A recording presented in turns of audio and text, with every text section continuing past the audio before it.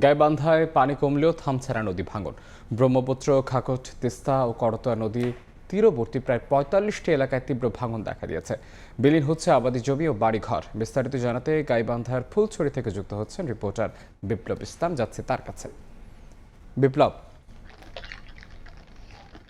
গাইবান্ধার সবগুলো নদ নদীর পানি কিন্তু কমতে শুরু করলেও ভাঙন কিন্তু এই সব এলাকার পিছু ছাড়ছে না। আমরা আজকেও কিন্তু পানি উন্নয়ন বোর্ডের তথ্য অনুসারে যেটা জেনেছি যে প্রায় তিস্তা, ব্রহ্মপুত্র, করতোয়া এবং ঘাঘট নদীর ৪৫টি পয়েন্টে কিন্তু এই অব্যাহত ভাঙন রয়েছে।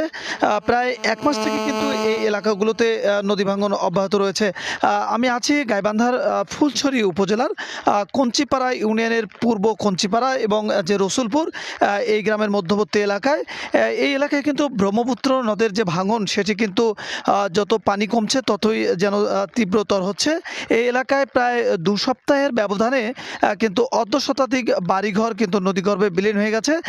গতকাল থেকে পানি আরও কমার কারণে কিন্তু ভাঙন কিন্তু তীব্রতার আকার ধারণ করেছে। স্থানীয়রা যেটি বলছেন যে প্রায় ২ সপ্তাহ থেকে বাড়িঘর এবং আবাদি জমি ভাঙছে এই এলাকার, কিন্তু স্থানীয় প্রশাসনের পক্ষ থেকে কোনো ব্যবস্থা নেওয়া হয়নি। পানি উন্নয়ন বোর্ড থেকে কোনো জিও ব্যাগ ফেলে যে ভাঙন প্রতিরোধের ব্যবস্থা সেটিও নেওয়া হয়নি।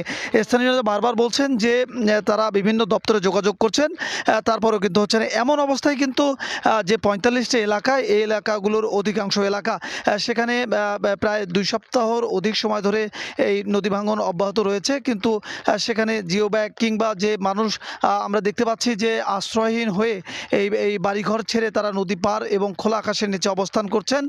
সেই এলাকাগুলো কিন্তু তাদের যে ত্রাণ সামগ্রী কিংবা অন্য কোনো আর্থিক সহায়তা সেটিও কিন্তু প্রশাসনের পক্ষ থেকে করা হয়নি। তারা যেটি বলছেন যে যদি এই এলাকাগুলোতে দ্রুত জিও ব্যাগ ফেলা হতো তাহলে কিন্তু অন্তত আপাতত ভাঙন যে প্রতিরোধ সেটি হতো।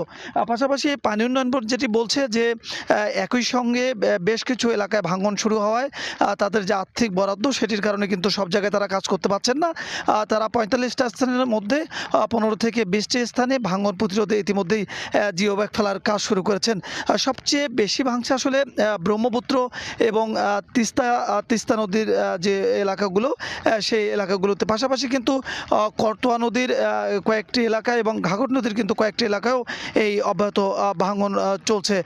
নদীপাড়ের মানুষ যেটি বলছেন যে পানি বৃদ্ধির ফলে যেমন নদী ভাঙন অব্যাহত থাকে তেমনই কিন্তু পানি কমার সময় সেই ভাঙন আরও তীব্রতর হয়। কেননা পানি এবং যে নদীর পার সেটি যখন একই স্থলে থাকে, একই সমান অবস্থায় থাকে, সে সময় কিন্তু ভাঙন যে প্রচলিত নিয়ম তার চেয়ে কিন্তু কম হয়। কিন্তু যখন পানি একেবারে নিচে চলে যায়, পানি কমতে ধরে, তখন কিন্তু এই ভাঙন প্রতিরোধটা ভাঙন সেটি কিন্তু আরও বেশি হয়। সে কারণে তারা বলছেন যে সংশ্লিষ্ট কর্তৃপক্ষ যেন এই মুহূর্তে উদ্যোগ নেয়, এই ভাঙন কবলিত এলাকাগুলোতে যেন জিও ব্যাগ ফেলে হলেও আপাতত ভাঙন প্রতিরোধের ব্যবস্থা নেয়। পাশাপাশি যেহেতু অনেক গুরুত্বপূর্ণ স্থান রয়েছে, স্কুল রয়েছে, মাদ্রাসা রয়েছে, বিভিন্ন সরকারি বেসরকারি প্রতিষ্ঠান রয়েছে, সে কারণে কিন্তু এলাকাগুলোকে চিহ্নিত করে তারা স্থায়ী প্রতিরোধের কিন্তু একটু দাবিও করেছেন।